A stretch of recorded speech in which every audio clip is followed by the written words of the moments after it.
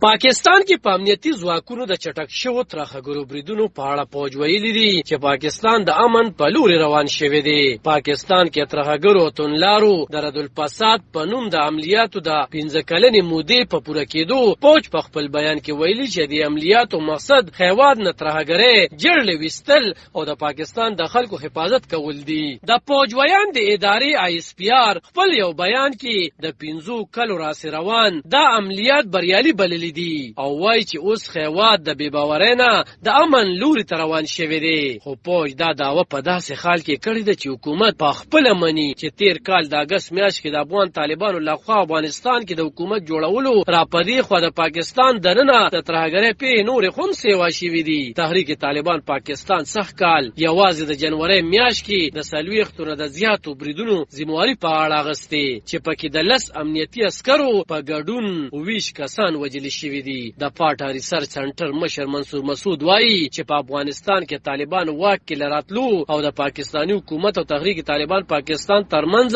د اوربند ختمېدو نه وروسته د پاکستان دننه ترهګریزو بریدونو کې روس تر بل زیاتوالی روان دي. د ترهګرۍ په چارو جوړ نظر لرونکي خبريال طاهر خان هم وایي چې پاکستاني طالبان اوس د وړاندې په نسبت زیات مضبوط شوي او منظم شوي دي. هغه وایي چې پاکستاني طالبان خپل منځي اختلافات ختم کړی دي او نور وړي د تونلارو ډلې هم د TTP په لیکو کې جذب شوي دي. ځکه اوس خوینه خو د پاکستان سره اوربند کوي او نه مذاکراتو ته حاضرېږي. پاکستان کې حکومت مخالفه ګوندونه هم په خیوات کې ترهګرۍ په زیاتو شوو پیښو اندېښنې ښایي او د ترهګرۍ پیښو کې وروستي اضافه د حکومت لاړه په نیشنل اکشن پلان د عمل نه کولو سبب بولي. د مسلم لیگ نواز ډلې د قومي اسمبلۍ غړي عباد الله خان په خبرو کې وایي چې د پیښور په آرمي پبلک سکول د برید وروسته د نیشنل اکشن پلان په نتیجه کې د شو پوزي عملیاتو لامل په خیوات کې ترهګرۍ تر ډیره خده کم شوې ده. خو هغه وایي اوس د حکومت د غلطو پالیسو طالبانو سره د خواهوګۍ لامل